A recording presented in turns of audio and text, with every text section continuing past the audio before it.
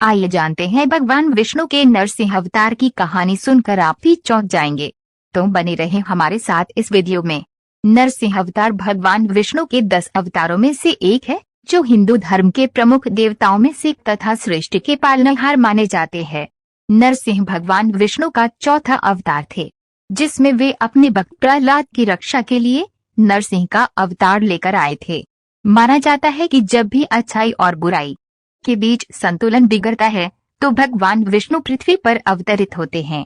अपने नरसिंह अवतार में वे अपने भक्त प्रहलाद को अपने ही राक्षस पिता हिरण्यकश्यप से बचाने के लिए आधे आदमी और आधे शेर के रूप में प्रकट हुए। नरसिंह अवतार की कहानी राक्षस राजा हिरण्यकश्यप से शुरू होती है। हिरण्यकश्यप ने भगवान ब्रह्मा से एक वरदान प्राप्त किया था, जिसने उसे लगभग अजेय बना दिया था।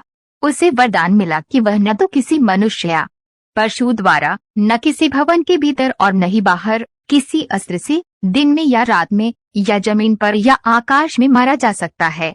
ब्रह्मा से प्राप्त इस वरदान ने हिरण्यकश्यप को अहंकारी और भ्रमित कर दिया, क्योंकि उसने सोचा कि वह अमर हो गया है। हिरण्यकश्यप एक अत्याचारी बन गया और उसकी पूजा नहीं करने वाले लोगों को परेशान करने और सताने लगा। यहाँ तक कि उन्होंने अपने अलावा किसी अन्य देवी या देवता की पूजा करने से भी मना कर दिया। भक्त प्रहलाद की कहानी। हिरण्यकश्यप का एक प्रहलाद नाम का पुत्र था, जो कि भगवान विष्णु का भक्त था, और उसने अपने पिता की पूजा करने से इनकार कर दिया।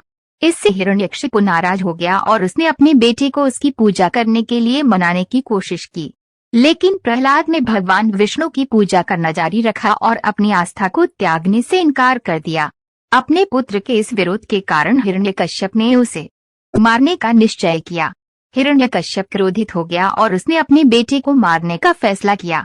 उसने अपने सैनिकों को प्रहलाद को एक पहाड़ की चोटी से फेंकने का आदेश दिया, लेकिन भगवान विष्णु ने उसे बचा लिया। तब उसने अपने सैनिकों को प्रहलाद को एक हाथी के पैरों के नीचे कुचलने का आदेश दिया, लेकिन भगवान विष्णु ने उसे फिर से बचा लिया। उसने अपने सैनिकों को प्रहलाद को जहर देने का आदेश भी दिया, लेकिन भगवान विष्णु ने उसे जहर से बचा लिया।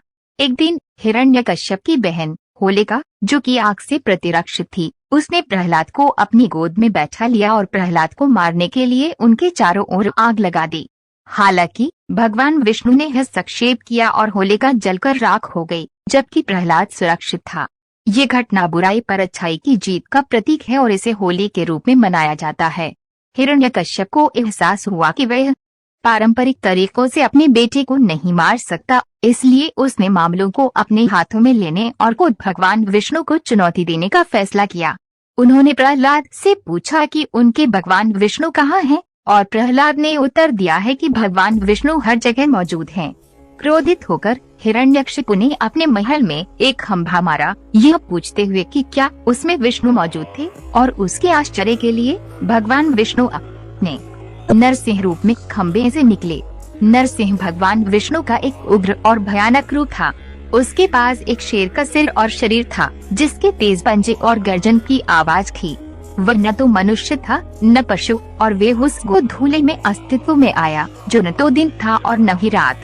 भगवान विष्णु के इस रूप को देखकर हिरण्यकश्यप चौंक गया और उसने उससे पूछा कि वे कौन है।